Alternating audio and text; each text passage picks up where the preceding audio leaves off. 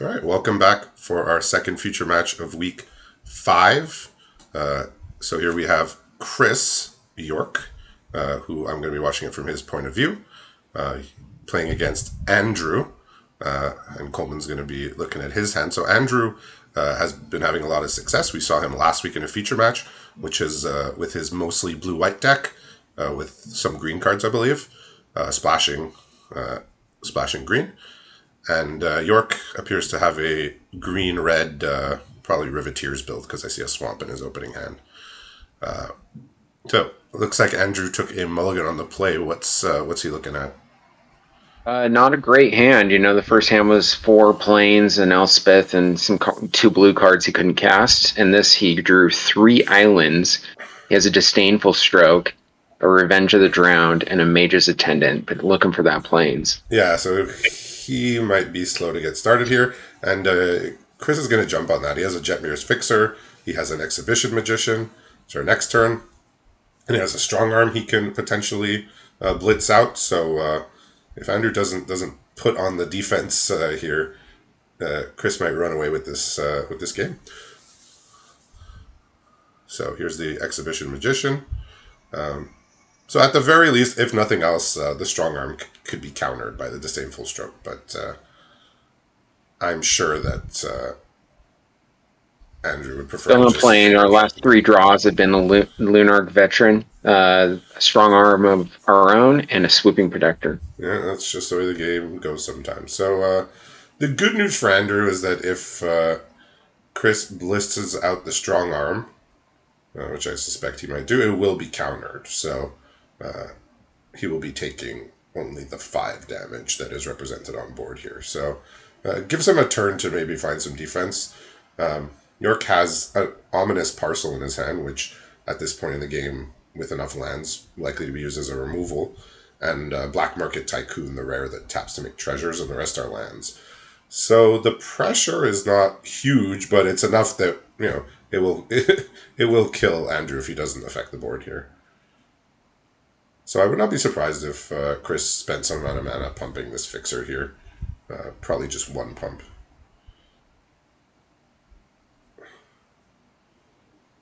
Yeah. So I guess the Revenge of the Drowned is gonna come here. So this 2/2's Decayed is not gonna really help Andrew, but so this is a run out of town with upside here. As we saw in Midnight Hunt, a lot of these Decayed cards were just cards that we get normally, but with a Decayed Zombie stapled on for pretty much the same mana cost that we pay for these effects. So very powerful in that set. Unfortunately, the Decayed Zombie isn't helping much when he's behind. On the white line, but it's a tap source, so we still are not affecting the board this turn. Yeah, so just no plays this turn. So there's no plays for Andrew, I'm guessing, then. Not unless he wants to blitz his Strong Arm, but, that he might just want to do that to cycle it, because he does have things to do with his white mana, so, it's unlikely he's playing the Strong Arm. Yeah, he's just going to cycle it here. He's going to get in for 6. Or, okay, he's going to get in for 2. He's just making a big Decayed token for if he ever is able to get an attack on here, so why not? Yeah, so York draws that Jetmir's Fixer, which he put back on top. I guess he figured this 2/2 that can pump itself is just going to be better than a random card that he would have drawn for turn, especially with Andrew struggling to keep up.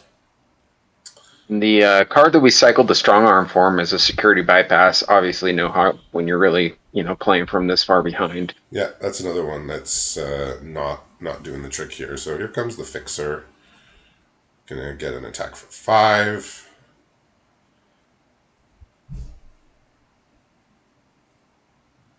For an Elspeth. Oh, another card he can't cast, so unless he can find multiple blockers or multiple interactions, looks like we're going to be going to the next game. Alright, so he is able to produce 2 creatures here.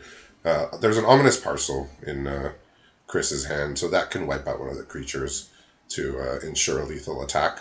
We'll see if he decides to do that into 2 open mana.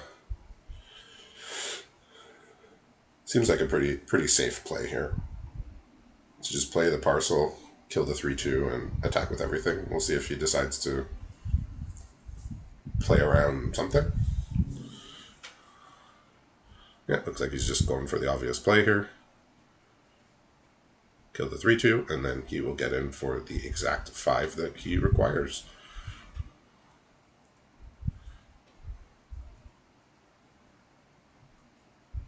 Yeah. So unfortunate mulligan there for Andrew. Didn't get to play his things in time.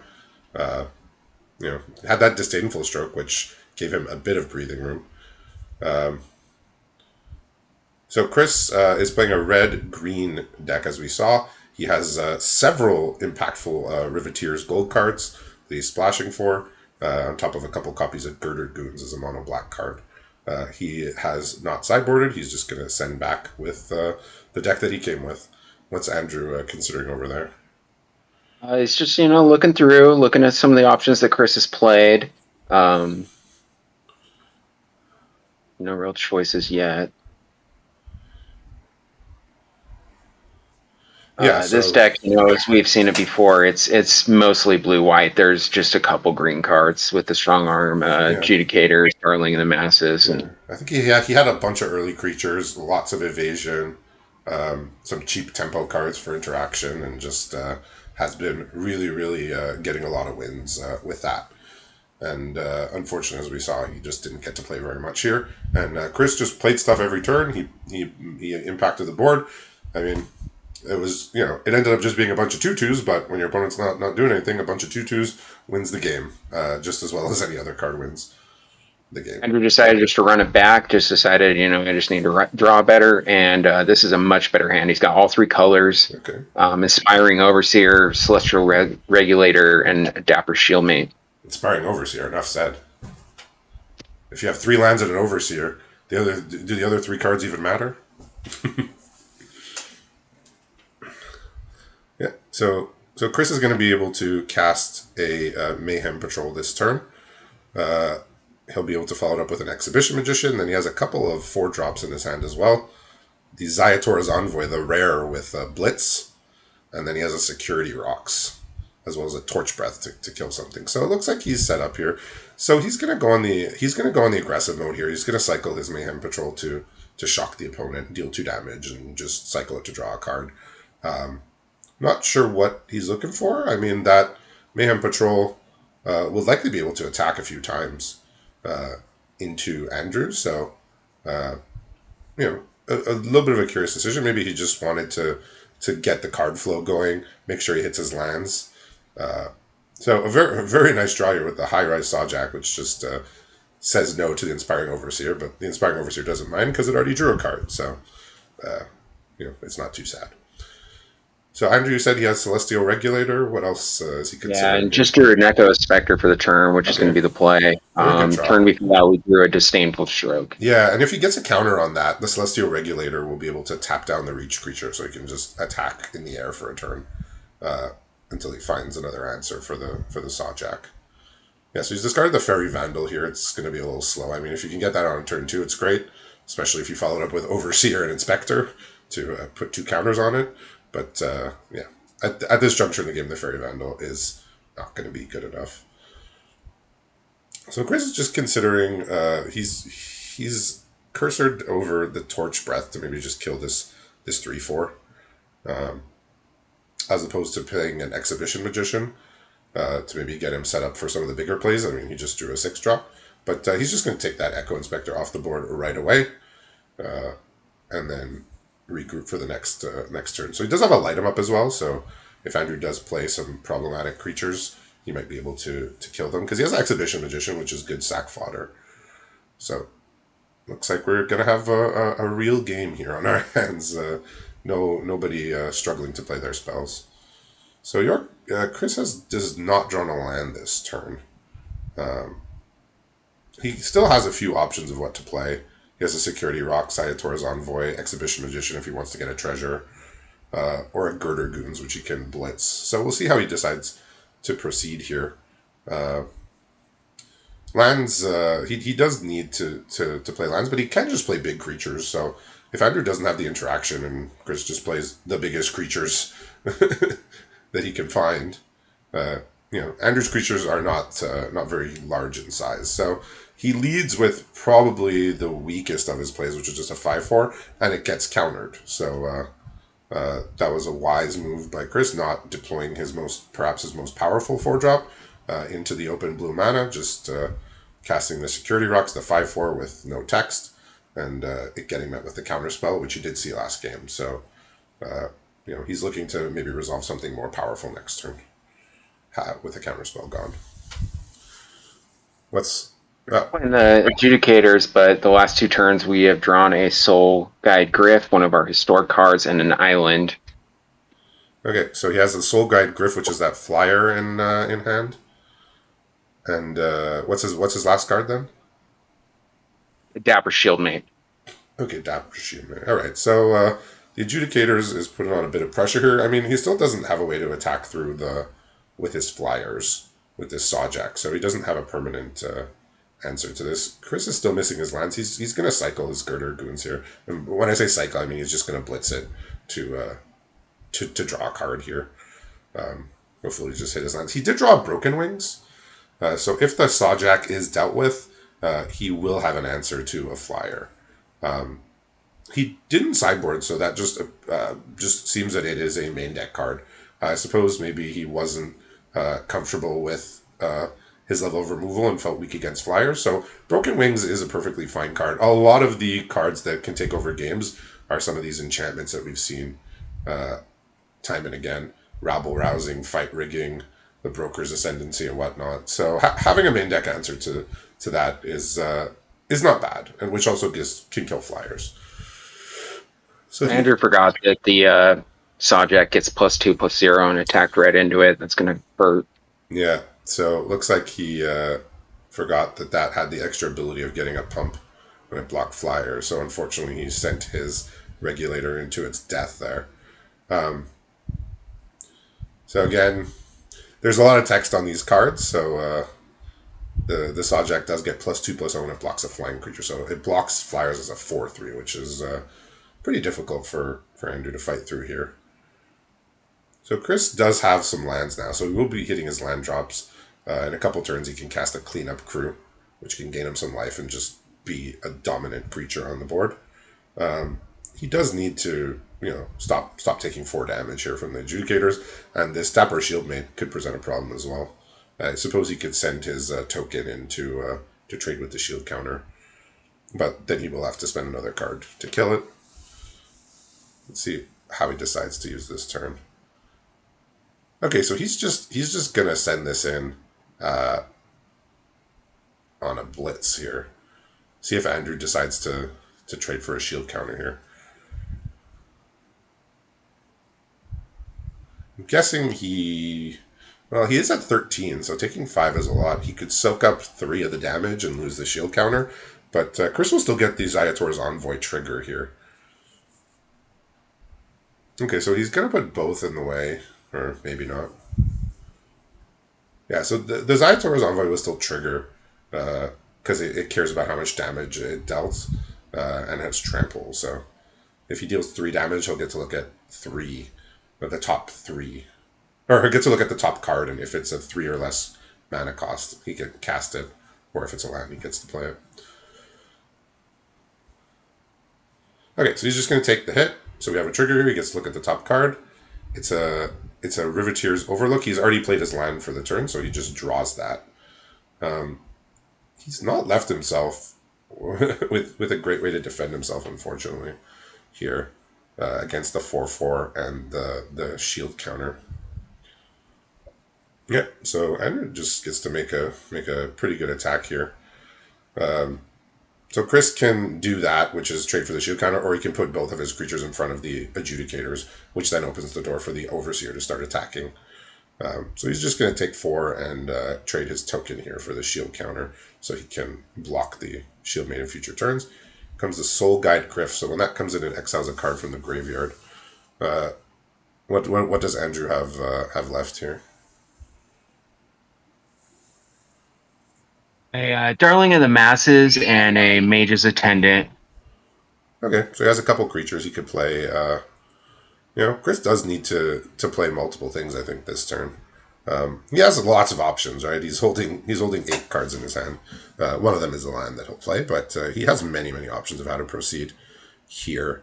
Looks like he's thinking about starting with a exhibition magician. He drew a call in the professional, which if he knew he was going to draw that, he might have not blocked the shield counter creature because the call in the professional does get around shield counters. He's deciding what to do. He's highlighted a couple cards. The broken wings could kill the 3/4. The exhibition magician could block on the ground. He could just play his cleanup crew, which is a 6/6 that can gain him 4 life. So he's weighing his options here. See what he decides is his best way to stay in the game. So he's just going to go for this big 6/6 here to gain him some life. So this means that Andrew will need a combination of cards to be able to have excellent attacks this turn.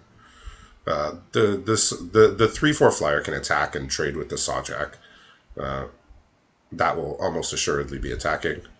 Not sure what else Andrew wants to attack with into a 6/6, unless he has a trick or removal.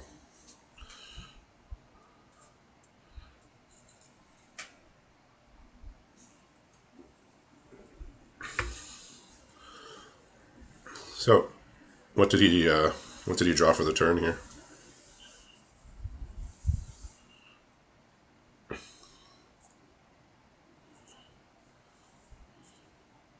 So we know Andrew has a couple creatures in hand: the Darling of the Masses, Mage's Attendant. We'll see what he decides to do this turn. Again, whose only attacks that we can see.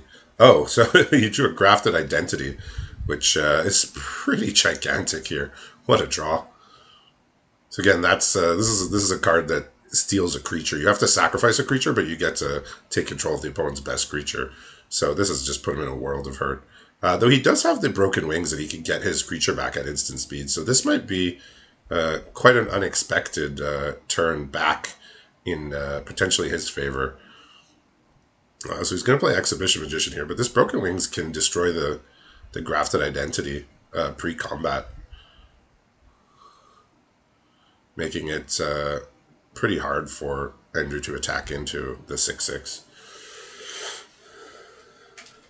So quite the draw from Andrew there. So that's one of our cards from the stash packs. That was from Midnight Hunt, I believe. Okay, so he's just going to do this now. He doesn't want to. He wants to lower the chances of getting countered. I think it's fine to do this now. He doesn't want to do it during combat because it will be tapped and attacking, and just doing it on Andrew's main phase or right at the beginning of combat just gives Andrew more access to more mana to stop it. So he's just going to play it safe. He's going to just get it back. He's going to put two bodies in play and hope that he can survive to the next turn where he has multiple removals in his hand. So he can get some number of these creatures off the board. So in Andrew's hand, we've got it's a few creatures. We've got yeah. Mage's Attendant, the Darling in the Masses, which I think you knew about, and then a Backstreet Bruiser, which isn't doing much nowadays. Yeah, so he must have just drawn the Backstreet Bruiser. So yeah, he's just going to play his cards out here, but no attacks to speak of. So York again has lands and 2 removals to light him up in the call in a professional. See if he decides that any of these creatures are worth it. Right now, he does have the 6/6 that stops everything. So let's see how he proceeds with his turn. Okay, so he's considering casting the light him up here. He's carefully looking at the creatures on the other side, deciding if any of them are worthy of a removal spell.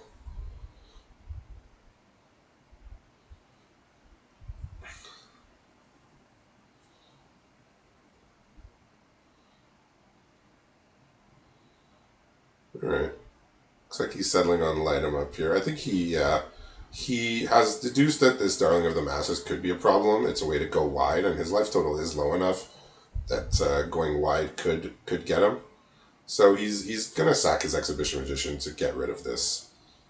Why do you think he? Oh yeah, right. Casualty 2. That always gets me on that Yeah, card. Casualty 2. Yes. Yeah, so he identified that as a threat. It's a way to win, even through like a 6/6 blocker. It's just making a lot of bodies and pumping them as well. So he identified that that was worth killing. He has a call in the professional in his hand still. Ooh, and we've got a heck of a draw from Andrew here. We've got a security bypass in hand, and that's gonna put Chris on a clock here. Yeah, security bypass is gonna end this game very quickly. On the Darling of the Masses, that would have been good too. But yeah, the calling a professional, unfortunately, you the professional cannot get through this 4/4. Yeah, the lesson there is the most powerful force in the legal field is a couple of cats. There you go. Yeah, even the professionals can't get through this. So Exactly. yeah, So so what are Chris's odds to win somehow on the swing back here? it would have to involve a blitz creature of some kind, I imagine, Mm. of which he has quite a few. So we'll see what he can draw here. I mean, if he draws a removal, uh, he's okay. But yeah, that security bypass was very timely here when he's looking for ways to close out the game when opponent has a 6/6 that stonewalls everything. So Andrew's got a choice here with what he keeps between the Mage's Attendant, which, two bodies and a little force spike up, versus a Hookhand Mariner, which is a better attacker, but only one blocker. It looks like he's going to keep the Mariner. I yeah, think I would have gone the other way, just yeah. on the grounds that He's you're just gonna going play to a win. beefy 4/4 here. So Chris has one draw, and the Exhibition Magician is not the one to do Mm. it. So he's figuring out if he could, with the call in a professional, it deals 3 damage to opponent directly. He's figuring out if he can maybe sneak in lethal here. If He's opponent gonna decides see not to if block. Andrew wants to I mean, live dangerously. he's dead. He's dead to the adjudicator. So I mean, I can't. I imagine that Andrew will block at the very least with the 3/3 that can't attack. So It's correct here to make your opponent make the choice at least, but yeah, we'll see if he finds it.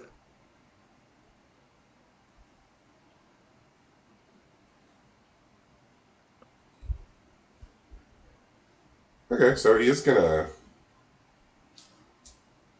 He's Okay, gonna so throw. he's just gonna throw everything. He He's says, playing around. yeah, he says, I'm gonna just make sure I don't die to some random card here, Random trample. because we do have cards from other sets introduced in here. So even Right. if No, there I maybe mean, isn't Chris can something in have. this set that can blow him out, there Yeah, are other cards that can. you gotta in a flash forward to. Oh, hey, never mind. He's doing a different thing. But I was gonna say, in a flash forward to Eldraine Double League, whatever we're calling it. Right. Uh, people gonna have to play around Embercleave again. Oh, great. I feel like even if you play Everybody's around favorite. Evercleave, you still die. It just maybe You're takes a mostly turn dead to longer. Embercleave. Yeah, well, that It's was like the your reward for playing around Embercleave is yes, you get to Damien. live Settle one the more turn. It's like great. Yeah, so Chris really doesn't. He's gone with a very minimal sideboarder. He doesn't have access to his whole pool. He has a bunch of black cards. Black is his splash, so he has a bunch of black cards, many of which are double black to cast. So see if he decides to bring any of them in. He was mousing over. I think it's called. I can't see the name; it's a bit blurry, but it was a -2/-2 from Kamigawa Neon Dynasty.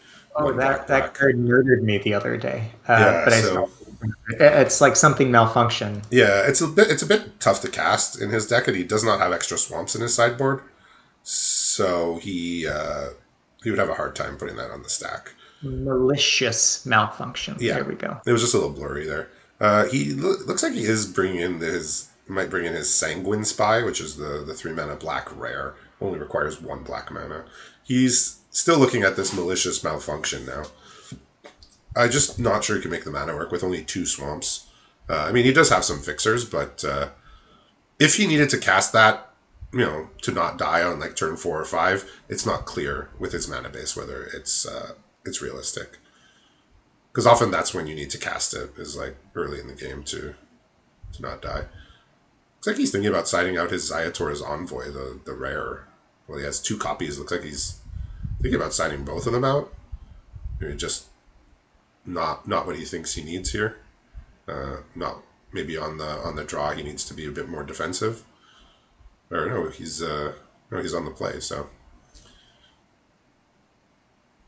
yeah, not sure what the thought process is in siding out those envoys because they can get you pretty far ahead.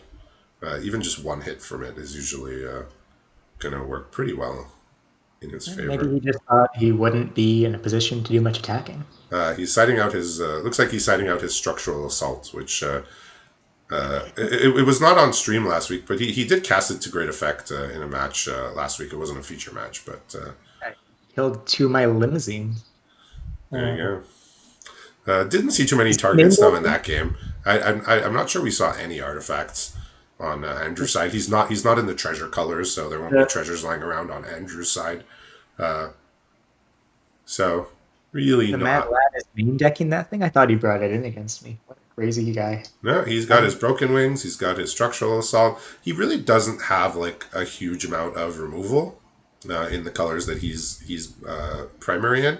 So he's has some of these more situational cards, but that can be really good. Like when they're good, they're going to be real good. But a lot of the times they might not do too much. So he has gone for a few more black cards. Looks like he's bringing Grizzly Sigil, bringing in an extra ominous parcel to fix for his black cards that he's bringing in. So the black splash is now kind of just gone to the side, and he's just playing 3 colors here fully. But again, he didn't bring in any extra black sources aside from the ominous parcel. So the that one black uh, board wipe or -2/-2 might be hard to cast. All right. So what's going on with Andrew's starting hand here? Hopefully, Pretty nice hand. good. We've Yep. got 4 lands in an even distribution of colors. We've got Raffine's Informant on 2, nothing on 3. Then on 4, we've got either he's going to get to hold up mana for his choice of Revenge of the Round or Swooping Protector. And then on 5, he's got an Elspeth to top it all off. So Right. if I had to guess, I'd say unless Chris has a really good curve, he's going to be in a position to cast that thing and have it live. Yeah. He's hit the Celestial Regulator off the connive too. Yeah, So he's unfortunately, got, York does not have a play this turn outside of the ominous parcel. I suspect. I don't know if he's going to pump here. Yeah, I don't I'm think he can really pump here. surprised He has like a bunch of 4 and 5 drops in hand. he's stuck on 2 lands. No, he has a land and an ominous parcel, but I think it's more important to just play the ominous parcel and sack it to get the land, so he can play everything. He has a Glittermonger. He has a Zayatora, the 6 mana mythic, strong arm, freelance muscle. So he just has a bunch of 5 drops that can 5 and 6 drops that can singularly really take over. But he decided to go for the kill the opponent's creature play rather than make sure he hits his land drop to cast his Glittermonger. For what it's worth, even based on what you said, I agree with the play to be on the front foot against the blue-white deck. Okay. If you're not putting any pressure down, they will just kill you in the air pretty inevitably. Yeah, that's true. It's like it's at the expense of him doing anything except attacking with the 2/2, which is unfortunate.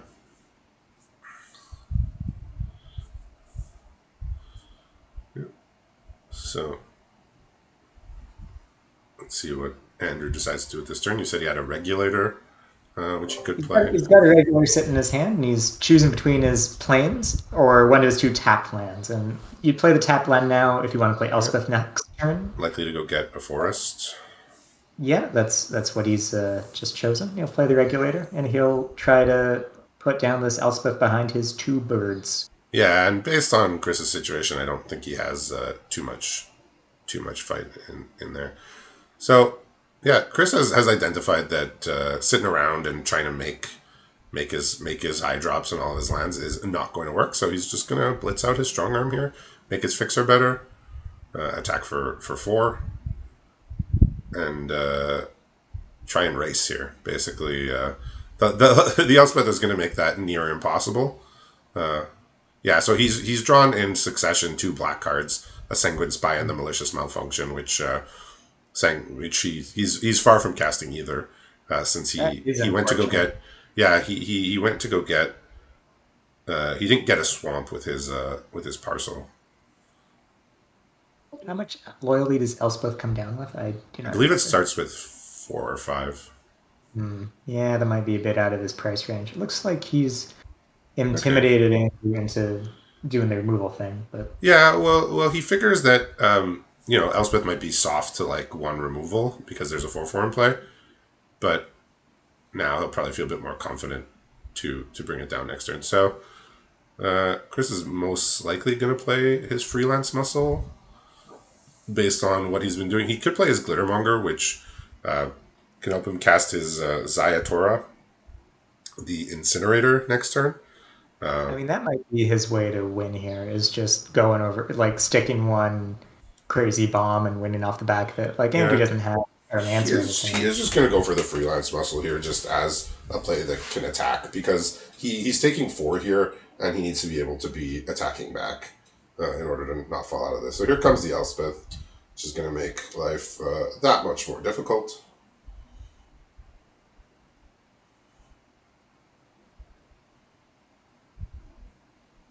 Yeah, so not attacking with the Overseer indicates that he's planning to potentially block with it. Well, yeah, the thing about the muscle is if Chris is any creature, it attacks as a thing that would force the chump to save the So Elspeth. Chris's Just wing is option between Glittermonger and a Broken Wings here, uh, neither of which are going to use be the that great. option, I suppose, to attack Beta the double block, then Broken Wings. Looks He's like he's just just gonna do this instead. I he's just don't think that. gonna I think if you're gonna, I think if you're willing to take a turn off to Broken Wings, you should bait the double. yeah, and I mean he could just the Elspeth can take 4 here. Even he's choosing not to. He's choosing to just keep the loyalty high. Since Mm. Chris does have some burn spells, so maybe if he gets the Elspeth low enough, he can burn it out. Yeah, the He unfortunate has thing shown now is he has shown well he does have call on a professional. He does have light 'em up, which I believe hits planeswalkers. So the unfortunate thing now is Andrew's at the point where he can double spell another and overseer. Overseer into Regulator with the good ETB Wait, is a pretty good double spell. wasn't this just his board last turn before both of them died? Yeah, something like that. He's just rebuilt his board exactly as it was. Mhm. Yeah. So Oh no. this is big Anyways, trouble. Um, I mean, a swamp here would be good for your Chris because he could play his Zayatora, and then he can sack something to deal a bunch of damage, and he's drawing out another black card. So this is going downhill quite quickly without a way to defend himself or cast his powerful cards. He has 5 uncastables in hand. They all have black mana. Uh, this was a concern that I stated during the sideboarding that he sided in more black cards without having oh more my black god, and sources. the ultimate on the Elspeth, Just which make 3 angels. So I exist it's as board well. wipe or bust. Yeah, I was gonna say he can. I don't know. Wait, no, the Naya one doesn't kill tokens. Here's the ominous parcel here to mock him on his last turn of the game. I mean, he can cast his Zayatora here just for show, but it's not going to be enough here. There's no less than 20 power of flying staring him down. Oh, no, he's got outs here. If he plays Ziatora and he attacks with it, Andrew doesn't block, and then he flings it in Andrew's face, then he would win. He can actually attack with. He should have attacked with muscle before Ziatora, so that line of play isn't face up. Yeah, 8+8, anyways. uh, Andrew seems the That, type again, like to play around these type of it's things. it. He has a broker's Andrew's a good veteran player. that is doing It's not nothing. going to. So Yeah, Andrew's a good player. That's not going to happen. But just in case, yeah, this broker's veteran just going to come and do its job here. Make sure he it's doesn't pretty die. incredible how far Ziatora, how close Ziatora gets you with a random 10-10. Yeah, that is a surprise out of nowhere, but well, he can deal 10 damage and send a message on his way out here. Yeah, do it. That is right. And another flyer, just for good measure. Yeah, so Elspeth doing its thing, backed up with just flyers and the right amount of interaction with those regulators and the Revenge of the Drowned there. That was a key play to he instead of casting Elspeth, he just Revenge of the Drowned that 4/4 to make sure that Elspeth wouldn't randomly die to one removal if he cast it there. So he set up the board so that Elspeth could not be killed by any one single thing that that Chris had on the other side. So It was good. thank you to Came from a both heavy hand. players, and that's it for this one.